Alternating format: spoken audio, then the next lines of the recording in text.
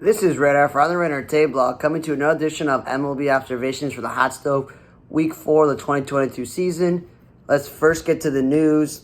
Gaylord Perry passed away just after I recorded my weekly podcast. He was 84 years old. We all know him as the guy who would have his spitballs, and basically a lot of people, when they came out to the plate, thought that, he was always throwing a spitball, so they never knew what was coming.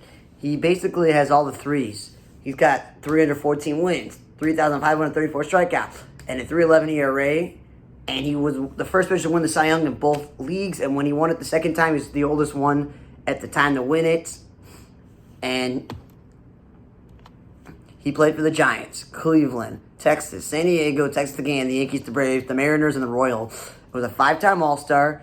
As I mentioned, him winning 2 Cy Young, 3-time win leader, and pitched a no-hitter. And both Cleveland and San Francisco have put him in their Hall of Fame. And San Francisco Giants has retired his number. Cleveland, he only spent 4 seasons there, so I wouldn't particularly call him one of the greatest Cleveland pitchers, but still, it's just a sad day to lose another legend in the world of baseball.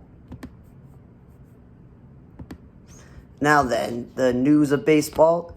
Angels signed Jacob Webb to minor deal. Again, that's organizational depth. Julio Teheran, who's bounced around recently, used to be a mainstay with the Braves, signed a minor deal with the Padres. Hey, if he pitches well enough in spring training, might as well, let him make the team. He doesn't cost a lot. Twins have signed Yohan Camargo to a minor league deal because the Twins still right now really don't have a shortstop. And Camargo has the experience, but he's more a utility player. J.B. Wendelken, he has gone to Japan, so that veteran pitcher has gone there. And Kirk McCarthy is going to KBO. Giants signed minor leaguers Drew Strotman, Sam Delpain, Marcio Lavora, and Colton Walker. A few of those guys played for them this year. And Trevor Gott signed a deal with the Mariners, so they get himself a veteran relief pitcher. Angels signed Chris Davinsky, again, another veteran reliever that helps them out. Stone Garrett signed a major deal with the Nationals, which I'm surprised by because the dude was career minor leaguer up to that point. I don't know what the Nationals are thinking. Angels signed Jonathan Holder, minor deal again. That's organizational depth. Tigers signed Miguel Diaz, Mike Papersky, Brennan Davis, and Jermaine Palacios, minor league deals again. Organizational depth. And Jose Abreu signed a 3-year deal with the Astros. So as a Chicago White Sox fan, I'm going to make it like this. 1, I didn't want to go into Cleveland because they won a division out of nowhere last year and they need a first baseman DH. 2, the Twins don't have a first baseman DH and they're our next competitor in that division. That would have been bad. Going to the Cubs would be very bad because, you just go cross town, you'd still know, well, he's still in Chicago, you couldn't hold on to him.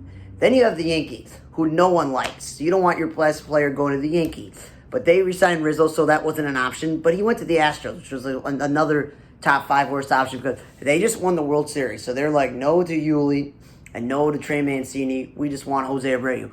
Okay, that's good and dandy. He's been on a decline offensively. He didn't hit the same amount of home runs or RBIs this year. He's still at the high average, but still. You go on to the team that just won it. It's painful there.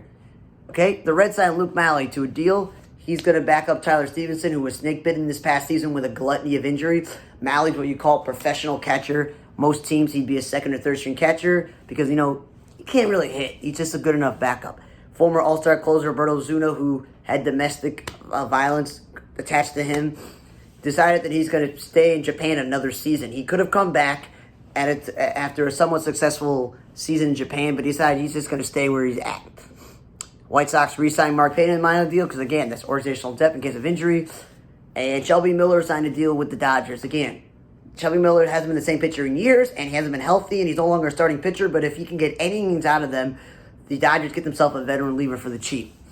Lewin Diaz was designated for assignment. The Pirates just picked this guy up to be one of their first basemen. They're like, never mind. Second, Barado signed a minor deal with the Nationals. That super utility guy never lived up to his potential everyday player, but he's a good utility guy to have. Yasiel Antuna and Josh Palacios were outrighted by Cleveland. Mike Brassaro has avoided arbitration because they like the super utility guy.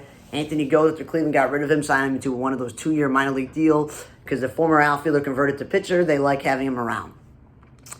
Logan Webb and Ryan Presley announced they're going to pitch for Team USA. When I was making my list of best USA relievers, Alex Presley made the list. Logan Webb had a great season for the Giants, but I'm still not thinking he's one of the 5 best starters in baseball. He might be available. That's really what it is. Zach Eflin signed a $40 million deal for 3 years with the Rays. That's the highest amount of money they've ever given to somebody. They've given more years, but this is the highest amount of money. And here's the thing, Tampa Bay doesn't really value starting pitching. They really don't. They trade away a lot of their good starters, that sort of thing. They're all about openers and bulk guys and spot starters and bullpen games. That's what they do. So I'm surprised they would invest in a starting pitcher like Eflin for that amount of money, coming off a year where he missed most of the season and ended the year as a reliever because he wasn't healthy enough for the innings to start. That's where I'm a little bit confused. Brian Sweeney is now the pitching coach in Kansas City, and Jose Aglucio is now the infield coach. More additions to the new Royals coaching staff.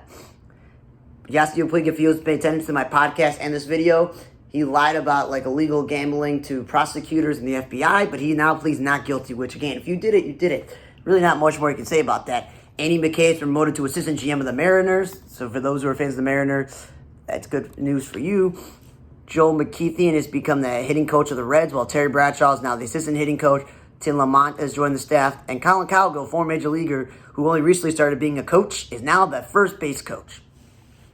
Basically, they're keeping the same staff for David Bell, except for a few guys here and there, because, again, you can't really date David Bell for this team purposely trying to lose. Terry Bradshaw's been working as a coach for a long time, so that makes sense. Matt Tracy's the bullpen coach, forgot to mention that.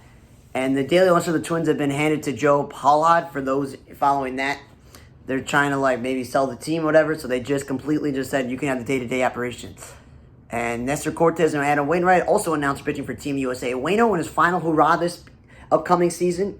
He didn't retire with, obviously, Molina and Pujols, which I don't think Molina should have retired yet. That's just me. But that's a good hurrah. But again, not one of the 5 best pitchers. And second, Nestor Cortez, I didn't think that, again, also, he's one of the best players. Also, he's Hispanic. You wouldn't think he wants to play for the country or his grandparents or parents from. I don't really know. That's just I'm thinking that would be more meaningful than what he's doing here.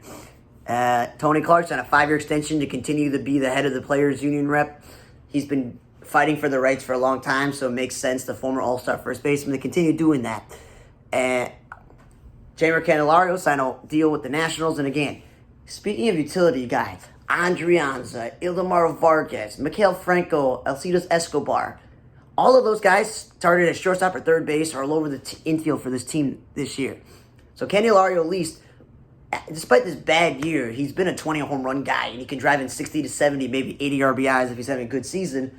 They don't have a third baseman. They also don't have a first baseman, because you never know what's happening with the Keyboom guy, if he's going to be their third baseman next year, if they're going to actually let him play his natural born spot shortstop. You don't really know.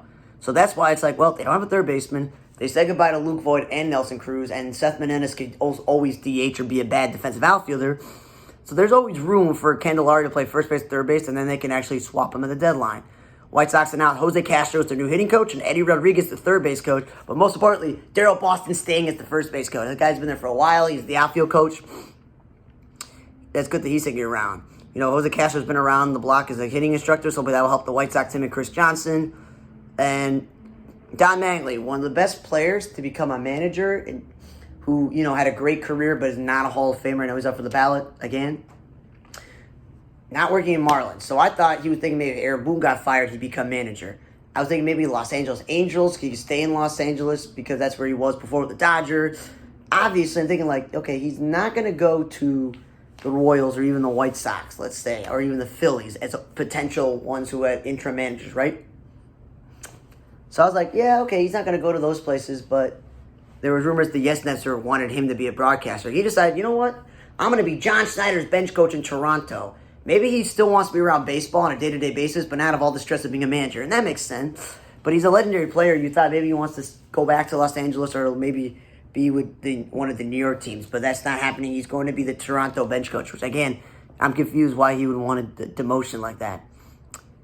Eric Chavez, after being the Mets' lead hitting coach, is now the bench coach. And Jeremy Barnes is a full-time hitting coach. And Glenn Sherrock is moving to becoming the catching coach. The White Sox hired Jeff Head as one of the people to be ahead of the sports performance. He's the director. Hopefully that helps the White Sox. They had a lot of injuries the last couple of years. Ohtani won the Edgar Martinez Best DH Award, which makes sense. Darren Bush is taking Brad Ausmus's spot as the bench coach. Then Mike McCarthy's the bullpen coach. Marcus Jansen has moved to quality control. And Mike Adalty is staying at first base. And Eric Martins is third base. Everything else on that staff is staying the same. Miguel Cabrera announced his final season. Unfortunately, went to Detroit last year. He was injured, so I didn't get to see them move the banner for his hits and his home runs. Ron Vasquez has become the bench coach for the Red Sox. As we mentioned before, Will Venable moved to Texas. Brant Brown has become the full-time Marlins hitting coach after being one of the hitting coaches in Los Angeles. Carlos Santana is officially on the Pirates. That's probably the main reason why they said goodbye to Lewin Diaz, because Santana is a better two-way player, even at his age. And Curtis Aquino is going to Japan, which is a guy who I've seen in person hit monster home runs, had the potential to be a 30-home run guy, but the Reds kept demoting him, moving him all over the lineup, not playing him consistently. But when I did see him play, he was great. So I don't know why no one wanted this bat, but he's going to go to Japan, and that's a lot of times Japan gets these guys who have these good potential but don't put it all together, and he's like going to be a cult hero with all the home runs that he's probably going to hit. Chris Martin, the reliever, signed a 2-year deal with the Red Sox, not to confuse with Coldplay's lead singer. Red Sox get at least a veteran guy who's closed games before. Frenchie's gone to the O's, which, again, I guess so. It makes no sense that both Daz Cameron and Jake Cave are no longer on the Orioles. It's a very short-lived time for them on the Orioles roster before they're going elsewhere, as he got outrighted Daz, and Jake Cave is going to the Phillies. So that gives him a good quality fourth outfielder. Red Sox outrighted Ronaldo Hernandez, the catcher. Brewers outrighted catcher Alex Jackson. He was a top prospect one of the top prospects. Been traded around a bit. Maybe somebody will pick him up that needs a young catcher. Miguel Castro signed a 1-year deal to be reliever of the Diamondbacks. If they don't make the playoffs, they can always flip him. Another guy who's had some somewhat more success, Maikel Franco, the former Phillies starting third baseman who was just on the Nationals last year. He's also going to Japan to bring back his value, to get it back to where it was, and maybe somebody could pick him up as a corner infielder. And Lewin Diaz, as I mentioned, the Pirates DFA'd him. Well, now he's on the Orioles. Again, we got Ryan Mountcastle. I don't really get the need for him at first base, but again, he can field. I don't know how good he is of a hitter, which is the reason why he keeps being, outrighted. The White Sox signed Mike Clevenger to a 1-year deal. I'm not a huge fan of that because he hasn't been healthy in a long time. Yeah, they'll say this is year 2. They start to get better year 2. But I would have rather them save their money and signed an outfielder, a catcher, something.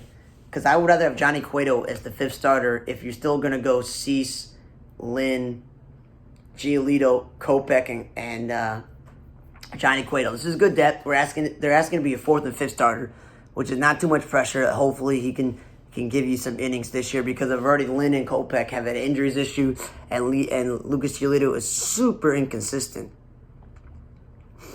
And a big trade that just happened this afternoon before I recorded this video, before I got home from work, is that Colton Wong, one of the better second basemen in baseball, because he is a platinum or one of the best defensive Gold Glove second basemen, and his last few years in St. Louis and now in Milwaukee, he's become a competent up hitter to bat at the top of the lineup and out at the bottom, has been traded to the Mariners, who's saying, Haggerty may be a second baseman and Dylan Moore is a good utility guy. Yeah, they're not going to play second base. He's been traded to the Mariners. So they get themselves second base solidified. So all the teams that want a second baseman, Mariners got him. Mariners said goodbye to Jesse Winker. They had him for 1 year, and he was pretty good on this team. He was a good veteran clubhouse presence to help them make the playoffs. He's gone. Abraham Turtle, who before this season was getting a lot of at-bats at third base. This year he played some second base and left field and first base.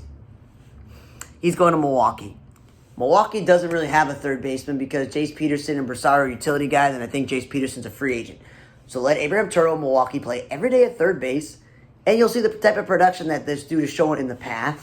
And Jesse Winker and Christian Yelich is not a bad 2/3 of an outfield. We'll see where that goes. But basically, Seattle goes, well, goodbye to Mitch Haniger. He's a free agent. So we acquired Teoscar Hernandez to fill the right field spot. They traded Kyle Lewis because, again, extra outfielder. They pick a Cooper Hummel, who, again, is a catcher. We have Cal Raleigh. So let's say Cooper Hummel gets a bats at DH. Okay, Jesse Winker was getting bats at DH, so he's going to replace Jesse Winker. And you already have Eugenio Suarez at third base. And I said you got Ty France at first base. So you don't really need Turtle. That's fine. But who's going to play left field? Trammell? Jared Kelenic? I don't really know. Those don't make me excited, nor does them putting Haggerty and Moore in the outfield when they're infielders. So basically, you're saying goodbye to Jesse Winker and Mitch Haniger and Kyle Lewis, and think that Cooper Hummel and Teoscar Hernandez and Colton Wong is going to make this team better. Maybe it will, maybe it won't. But they made the playoffs last year, ending that long streak of not making the playoffs. So you know what? You never know if they're going to get back there or not. But thanks again for listening to another edition of MLB Observations for the 2022 offseason Hotstove edition week 4. For the Radar Tape Blog, I'm Radar. See you guys next time.